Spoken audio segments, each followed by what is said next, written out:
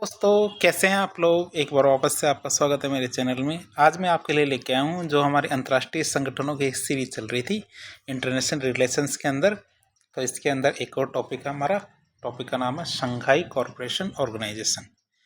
तो इसके बारे में बातचीत करेंगे। तो इसकी शुरुआत होती है हमारे 1996 में। 1996 में शंघाई 5 के नाम से इसकी शुरुआत की जाती है। रूस, चीन, कजाकिस्तान, किर्गिस्तान और ताजिकिस्तान, ये 5 देश मिलते हैं और 5 देश मिलकर 1996 में इसकी स्थापना कर देते हैं। बात करें जून 2001 की, तो 2001 में उज्बेकिस्तान इसका सदस्य बन जाता है और ये शंघाई 5 नाम था, इसको चेंज करके शंघाई कॉरपोरेशन ऑर्गेनाइजेशन के SCO नाम इसका रख दिया जाता है। 2005 में भारत और पाकिस्तान इसके पर्यवेक्षक देश बन जाते हैं। क्या सुपरवाइजर या पर्यवेक्षक देश बन जाते हैं हमारे इसके शंघाई कॉरपोरेशन ऑर्गेनाइजेशन के। 2017 की बात करते हैं। 2017 में अस्थाना सम्मेलन में भारत और पाकिस्तान इसके सदस्य कन्फर्म हो जाते हैं। पहले तो पर्यवेक्षक थे, लेकिन अब क्या कन्फर्म क्या बनते हैं, सदस्य बन जाते हैं। ईरान की बात करते हैं। ईरान जुलाई 2023 में और बेलारूस जुलाई 2024 में इस समूह में शामिल हो जाता है। क्या ईरान तो हमारे जुलाई 2023 में और बेलारूस क्या जुलाई 2024 में इसमें शामिल हो जाता है।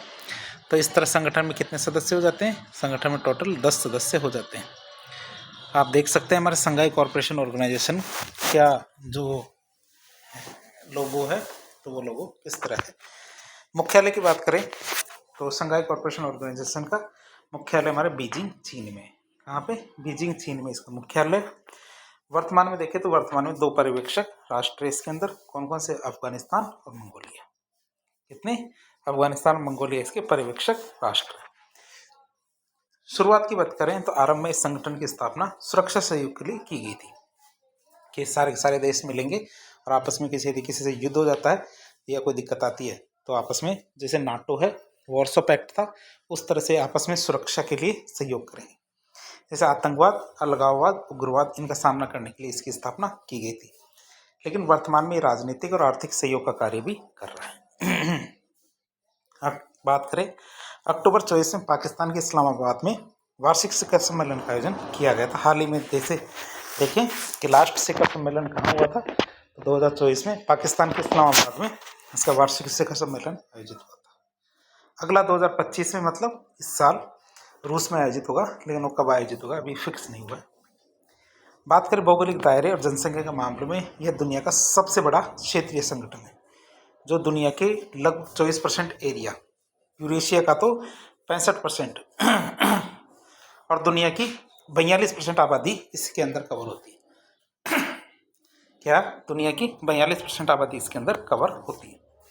2024 तक इसका संयुक्त नाम मात्र GDP इसकी 23% थी, जबकि PPP की बात करें तो इसकी GDP दुनिया की कुल GDP की लगभग 36% थी। अब हम बात करें SCO की संरचना के बारे में। SCO की संरचना की बात करें तो इसमें सबसे पहले होते हैं राष्ट्र प्रमुख होते हैं ना, इनकी परिषद, जो हमारे कंट्री हेड होते हैं, राष्ट्र प्रमुख, उनके हेड होते हैं। तो SCO का सर्वोच्च निकाय होता है ये राष्ट्र प्रमुख परिषद, जो अंतर्राष्ट्रीय मुद्दों पर विचार करता है। ये क्या करता है, अंतर्राष्ट्रीय मुद्दों पर विचार करता है। सरकार प्रमुखों की परिषद दूसरे नंबर पर आती है।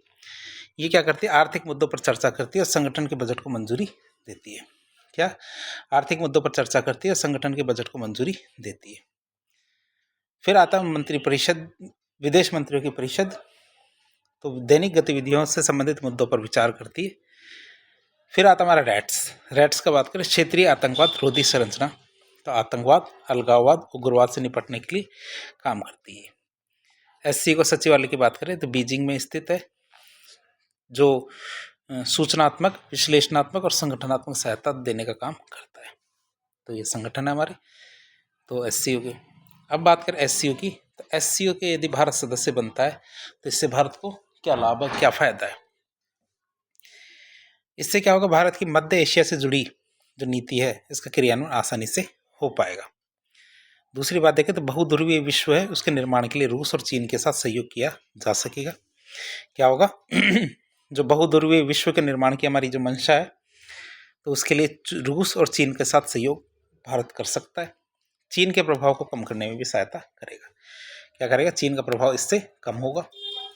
पाकिस्तान से बातचीत का एक वैकल्पिक मंच होगा, एक ऐसी जगह जहां पाकिस्तान से बातचीत की जा सकती है, क्योंकि इसका सदस्य पाकिस्तान भी है। मध्य एशिया में भारत के निवेश और व्यापार में वृद्धि होगी, ये दोगुनी होगी। मध्य एशिया की ऊर्जा संसाधनों तक भारत की पहुंच भी सुनिश्चित होगी। या मध्य एशिया का जो संसाधन है, ऊर्जा संसाधन, वहां तक भारत की पहुंच सुनिश्चित होगी। अब हम बात करेंगे भारत जो संघाई कॉर्पोरेशन ऑर्गेनाइजेशन है, इसके सामने कौन कौन सी चुनौतियां हैं। पहली चुनौती आती है इसकी राजनीतिक और कूटनीतिक मतभेद, मतलब भारत और पाकिस्तान दोनों इसके अंदर सदस्य हैं और दोनों में तनाव रहता है। तो एससीओ के सबसे बड़े सदस्य देशों में से दो, भारत और पाकिस्तान के बीच में राजनीतिक और सैन्य मतभेद है। इन मतभेदों के कारण संगठन में कभी कभी संवाद और सहयोग में रुकावटें आती है, विशेष रूप से कश्मीर मुद्दे और पाकिस्तान के द्वारा आतंकवाद को प्रायोजित करने के जो आरोप है, इनकी वजह से क्या होता है, एससीओ भारत और पाकिस्तान के बीच में समन्वय करना बहुत कठिन काम होता है। फिर चीन और भारत की बात करें, उसके बीच में सीमा विवाद, तो भारत चीन के बीच में सीमा विवाद तो लद्दाख क्षेत्र में, ये भी एससीओ की गतिविधियों को प्रभावित करता है। दोनों देशों के बीच तनाव और प्रतिद्वंदिता एससीओ के भीतर सहयोग को चुनौती दे सकती है। क्या दोनों देशों के बीच में तनाव और प्रतिद्वंदिता क्या है, एससीओ के भीतर सहयोग को चुनौती दे सकती है।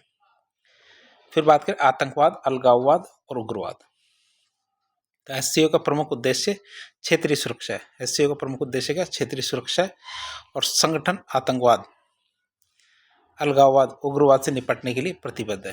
जो ये संगठन है एससीओ, तो ये क्या है, अलगाववाद, आतंकवाद और उग्रवाद से निपटने के लिए प्रतिबद्ध है। क्यों, क्योंकि इसको बनाया इसी उद्देश्य के लिए था।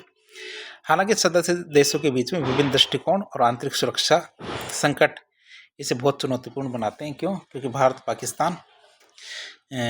पाकिस्तान क्या है, वैसे भी आतंकवाद प्रायोजित राष्ट्र है। अफगानिस्तान संकट की बात करें तो अफगानिस्तान में तालिबान के फिर से सत्ता में आने के बाद क्षेत्रीय सुरक्षा के मुद्दे पर एससीओ के लिए एक गंभीर चुनौती उत्पन्न हो गई। क्यों, क्योंकि अफगानिस्तान एक पर्यवेक्षक राष्ट्र के रूप में है और वहाँ पे क्या, तालिबान की सत्ता है।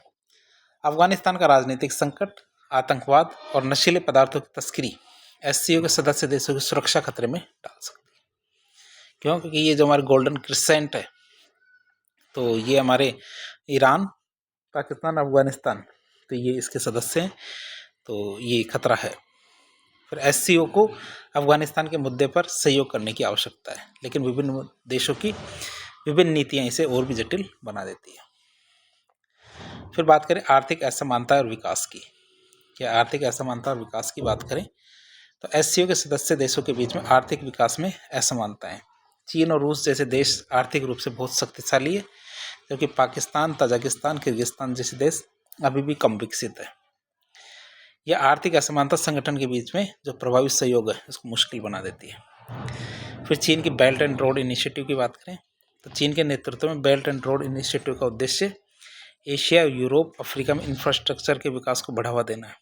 हालांकि भारत और कई देशों के द्वारा इसका विरोध किया जाता है, बीआरआई का। क्यों, क्योंकि इसे चीन के जो रणनीतिक उद्देश्य है उसको जोड़कर देखा जाता है, और यह असहमति एससीओ के भीतर एक बड़ी चुनौती उत्पन्न कर सकती है। फिर बात करें भू राजनीतिक प्रतिस्पर्धा और वैश्विक दबाव की, तो एससीओ एक ऐसा मंच है जहाँ चीन और रूस जैसे वैश्विक शक्तियों का प्रभाव बढ़ता है, लेकिन पश्चिमी देशों और अमेरिका के साथ बढ़ती भू राजनीतिक प्रतिस्पर्धा इसे चुनौती दे रही है। जो एससीओ के सदस्य देश है उनको कभी कभी क्या अंतर्राष्ट्रीय दबाव का सामना करना पड़ता है। उन देशों को कभी कभी अंतर्राष्ट्रीय दबाव का सामना करना पड़ता है, विशेष रूप से मानवाधिकार, आंतरिक राजनीतिक विवाद और आतंकवाद के मुद्दों पर करना ही पड़ता है। पश्चिमी देशों के विरोध की बात करें तो पश्चिमी देशों के लिए एससीओ का बढ़ता प्रभाव चिंता का विषय बन सकता है। पश्चिमी देशों के लिए एससीओ का बढ़ता प्रभाव क्या चिंता का विषय बन सकता है। चीन और रूस के बीच बढ़ते सैन्य और रणनीतिक संबंध पश्चिमी देशों के लिए एक चुनौती हो सकते हैं, और ये एससीओ की प्रासंगिकता और स्वतंत्रता को प्रभावित कर सकते हैं। जो हमारे चीन और रूस के बीच में क्या बढ़ते सैन्य और रणनीतिक संबंध क्या है, पश्चिमी देशों के लिए एक चुनौती हो सकते हैं, और ये एससीओ की प्रासंगिकता और स्वतंत्रता को प्रभावित कर सकते हैं। बात करें संस्थागत कमजोरी और निर्णय लेने में विलंब की, एससीओ की निर्णय प्रक्रिया काफ़ी जटिल और समय लेने वाली है। एससीओ की निर्णय प्रक्रिया क्या काफ़ी जटिल और समय लेने वाली है। इसमें सभी सदस्य देशों की सहमति की आवश्यकता होती है। कभी कभी निर्णय लेने की गति को धीमा कर देती है। जो इससे क्या संगठन की प्रभावशीलता पर असर पड़ता है। एससीओ में कोई केंद्रीय निर्णय लेने का संस्थागत ढांचा मजबूत नहीं है, जिससे कुछ मामलों में निर्णय में अमल लेने में दिक्कतें आ जाती हैं। फिर बात करें वर्तमान प्रासंगिकता और महत्व की कि आज काम का है कि नहीं। तो एससीओ की प्रासंगिकता 21वीं सदी के वैश्विक परिवर्तनों के कारण महत्वपूर्ण हो गई है। इस संगठन की महत्वपूर्ण प्रासंगिकता क्या है, बात करें तो वैश्विक शक्ति संतुलन में बदलाव। इसके बनने के बाद क्या हुआ, वैश्विक शक्ति संतुलन में बदलाव हो रहा है। एससीओ का गठन उस समय हुआ जब वैश्विक राजनीति में बदलाव आ रहा था और चीन, रूस और भारत जैसे देशों की भूमिका वैश्विक स्तर पर बढ़ रही है। आज एससीओ का महत्व इसलिए बढ़ गया है क्योंकि यह संगठन एशिया में शांति, सुरक्षा और आर्थिक विकास को बढ़ावा देने का एक प्रमुख मंच बन गया है। दूसरा बात करें कि ये क्यों इम्पोर्टेंट है, क्योंकि आर्थिक सहयोग जरूरी है, तो ये वही कार्य करता है। जो एससीओ के सदस्य देशों के बीच में व्यापार, ऊर्जा, इंफ्रास्ट्रक्चर के क्षेत्र में सहयोग बढ़ाने की दिशा में महत्वपूर्ण कदम उठाएं। चीन के जो बेल्ट एंड रोड इनिशिएटिव है, इसके तहत एससीओ का आर्थिक महत्व बढ़ सकता है, खासकर जब अन्य देशों को सस्ते और कुशल बुनियादी ढांचे की आवश्यकता हो तो उस समय बढ़ सकता है। सुरक्षा सहयोग की बात करें तो एससीओ ने क्षेत्रीय आतंकवाद, उग्रवाद के खिलाफ एक साझा रणनीति विकसित करने के लिए क्षेत्रीय आतंकवाद रोधी संरचना रैट्स की स्थापना की है और इस संगठन का सुरक्षा दृष्टिकोण और सामूहिक प्रयास में स्थिरता सुनिश्चित कर सकते हैं, खासकर अफगानिस्तान और संकटग्रस्त देशों में। फिर बात करें वैश्विक दावों और नीतियों को, नीति की बात करें तो एससीओ विभिन्न देशों के द्वारा प्रचारित वैश्विक नियमों और संस्थाओं की सख्त आलोचना करता है और इसका उद्देश्य एक नया वैश्विक ढांचा पेश करता है एससीओ जो अधिक लोकतांत्रिक और न्यायपूर्ण हो। एससीओ की क्या है, एससीओ की जो बढ़ती भूमिका है वैश्विक राजनीति में एक चुनौती के रूप में सामने आ सकती है, खासकर जब यह देशों के प्रभाव से बाहर एक नया शक्ति केंद्र के रूप में विकसित करता है। तो इस तरह आज हमने शंघाई कोऑपरेशन ऑर्गेनाइजेशन के बारे में देखा, जो धीरे धीरे अपना प्रभाव बढ़ाते जा रहा है। इस प्रकार के इन्फॉर्मेटिव वीडियो देखने के लिए हमारे चैनल से जुड़े। वीडियो यदि पसंद आया तो वीडियो को लाइक करें, चैनल को सब्सक्राइब करें, अपने दोस्तों के साथ शेयर करें। धन्यवाद।